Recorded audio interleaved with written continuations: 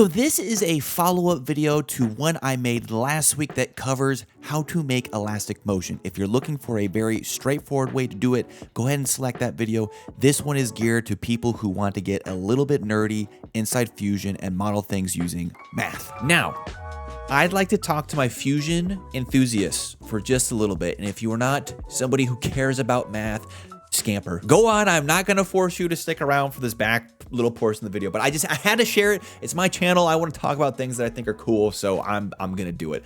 Now this motion, this spring dampening motion, this oscillating dampening motion can be modeled mathematically. It's what you'll learn in any physics class. And if you ever thought in that physics class, well, when the heck would I ever use this in my life? Well, here I am. We're going to use it in real life. This is the equation for dampening oscillated motion. The form that we were referring to earlier is spring mass dampening, but it follows this similar structure. And what we can do is we can take this equation, input our own DaVinci variables in here, and actually fairly easily create like a pretty cool physics simulation inside DaVinci. What we've got here is our graph, right? Like we've got our elastic motion, and the way this equation works is you start with some constant out front. This would be what we could call our amplitude. It'd be like our initial height at time equals 0. It's our starting height.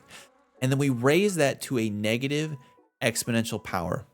The reason we do that is because when we raise things to a negative exponent, they slowly work to 0 in the positive time, or you could think of it X direction. So we've got a amplitude variable. We've got some kind of decaying variable that chooses how fast this thing decays. We've got our oscillating motion. And what I'm going to use is I'm only going to use cosine. You could use sine plus cosine as well. But this gives us but the cosine or sine variable is what's going to give us that oscillating motion. And we've got 3 variables inside here. We've got the actual frequency variable, which is a lot of times modeled as some factor of pi. And then we have psi over here, which is our phase angle. And this would be how our oscillation is shifted left and right. So if I wanted to model this in Resolve, we sure can. So if I go over to our last little Fusion composition here, you can see I've already done that. I've got our equation here and our expression, and I can model our motion here. So what I'm going to do is I'm going to rebuild this from scratch and show you how you could kind of quickly set this up as a pretty cool, like I said, physics simulation. So what I'm going to do is I'm going to delete our old node because we're doing it from scratch because is masochist the right word? Doesn't matter. Hit control space. I'm going to add in a transform node, except we're not going to use the XF version. We're going to use the other one because when I add it, you can see our X and Y position are already split. Hold shift. Insert it into our pipeline here, and I'm going to insert our equation into our X position. So I'm gonna hit equal sign here, and that gives us a blank field that we can type in an expression. So if you wanted to, you could link this to anything. So like you could type in this Y, and that'll link you to your Y position. So now if I change X, change Y. So this is how we're gonna enter in our equation here. But in order to do that, like I said, we need to get our variables here. So what I'm going to do is I'm going to build out our variables, and then we're going to build out our equation. So if you didn't know in Resolve, we can add more controls than we see here. What I'm going to do is I have our transform node selected. I'm going to go up top, right click, edit controls, and this will give us a control entry field. And this is actually how you could change and access any control on the node that you've got working here. But we want to add a new one. And I've got my equation off screen here so you guys can't see it. I'm going to work through and add these 4 variables along with our time variable. So the first one is A, which it will be our amplitude. So I'm going to type just the letter A up here. You could type out amplitude if you wanted, or just, we could do amp. And for each of these controls, there's really only, I guess, 2 things that we need to change. One is I personally would like it to appear on the controls page instead of a second user generated page. The range in our allowed values, we actually don't need to worry about, but like if you wanted, you could change the range to be like -5 to 5 or however you'd like it. And the other important one is for me personally, I would like these to be slider controls, which are these guys over here. I'm gonna change it to slider control. Okay. And now at the bottom here, we've got our amplitude that we can play with. As is, it doesn't change anything, but if I type in AMP over here, and now I go down our slider, we're changing our amplitude over here. Set my Y position real quick. Sorry about that. Okay, so I'm gonna go through and I'm gonna add the rest of our variables. So edit controls. Now we want our decay variable. So I'm gonna type in decay. Want it to be a number, page, controls. And decay is our lambda up top here. And I want our range, we want these to only be negative values. So I want our max to be 0, and I want our range to be, let's go -10. Again, the range doesn't matter too much. You can always enter in a custom number. This is just what appears by default. Change this to a slider control, boop. And we got our decay variable. So like I said, like our max is -10, but if I typed in -20, we can go to -20. So got a decay variable. The next one I'm gonna do is, let's do time. So edit controls, boop. Type in a T for time number. We want this to be on the controls page, slider control. And this one we're actually gonna enter in an expression for, and I'll show you what that is in a second.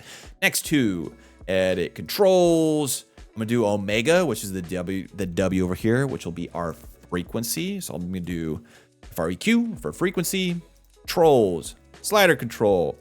Hit OK. One more to go. Right click, edit controls. And the last one is psi or the phase and not F-A-Z-E. Our angular phase. Hit controls, slider controls. Boom. Bang. So now we've got all of our variables over here. And so what I can do is I can now enter in our equation, which is going to be this guy right here, into our expression field for our x position. So I'm going to do open close parentheses, type in amp, our starting constant. Maybe, oh, wonder, is there a way for me? Maybe can I do this? Oop. Kind of. Yeah, that'll work, right? We'll expand after I'm done typing it. So, but just so you guys can see at the same time. So we got amp. Now what we're going to do is we're going to raise it to the open close parentheses, decay times t. And we want to make sure our decay variable is negative because otherwise our exponent will grow exponentially and we'll get the opposite. It won't dampen. It'll, what is the other word for dampen? The opposite of it. Doesn't matter. And now what we're going to do is we're going to add in our cosine terms. So I'm moving outside of our parentheses here. We're going to go times cosine, open close parentheses. And now what I'm going to do is I'm going to type in, was it FREQ? Times t plus the phase and hit OK. And as is, it's not quite working, and we've got to change a couple things to make this work. First thing is I'm going to change our amplitude to be 1. Okay, and I want our decay. Let's start with a decay of -2. These numbers we can always change, and then for our t, we have to do something a little bit funky. Because you can either keyframe your t over time, but I'm trying to automate everything. I don't want to mess with keyframes. So what we can do is enter an expression for our time. And there's actually a time variable in DaVinci Resolve. So if I type in time and hit enter, you can see our time is going to go up. Problem here though is that this time variable is in frames and not seconds. So in order to get it in terms of seconds, we need to divide our frame by our frames per second. And you can either manually type this in, so I can do divided by 30, because that's my frame rate. And we'll get, like if I pause on frame 30, you'll see that now we're at a value of 1. Or if you wanted to be sneaky with it, William Justice and a couple other people have some expression sheets online with some values that are, or some variables, excuse me, that are pretty common. One of them is frame rate, and it's down here. And so this would be a expression that we can use to get our frame rate. So I'm gonna hit Control C to copy this, and then go back over here. And then instead of divided by 30, enter in that, and we should still, yep, there we go. So if I go to frame 60, it should be 2 money. And now for a frequency, like I said, this is typically in like the math world, this is something times pi. So this could either be like 3.14, or if you wanted to do like 2 pi, you could even do just something like 6. Doesn't matter too much. And now I hit play, we're getting some back and forth motion, but there's a couple problems here. And for one, when our amplitude is 1, what's happening is that we're raising 1 to a negative exponent.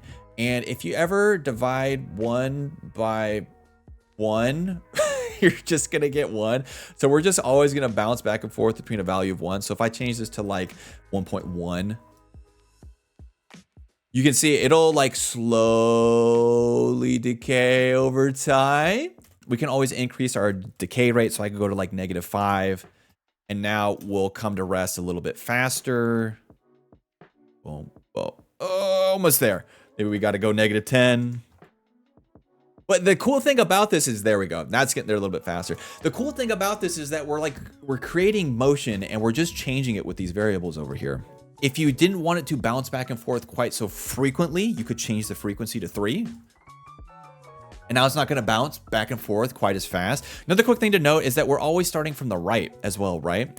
You cannot change the amplitude to a negative number because you'll start getting some weird things with the exponent. So if you want it to start from the left, instead, you just need to change and increase the phase. And if I start increasing the phase to be closer to something like pi, so 3, now we'll start from the left. So if I were to change this to 3.14, now we're going to start from the left and work away. And you know what? Let's turn on some motion blur. And again, we can increase our decay here so that we're going to like -20. And now it'll whip in and then it'll really come to rest pretty quickly. Pretty cool, right? I don't know. I think it's cool. Math is cool. I don't know how you use it. I just figured I'd share with the world so that that knowledge is out there. I hope you guys enjoyed today's video, and I'm assuming that I've been recording for a while, so I have a feeling this will be a little bit more long-winded than I had planned, but either way, hope you guys enjoyed, and if you do have questions, be sure to join the Discord.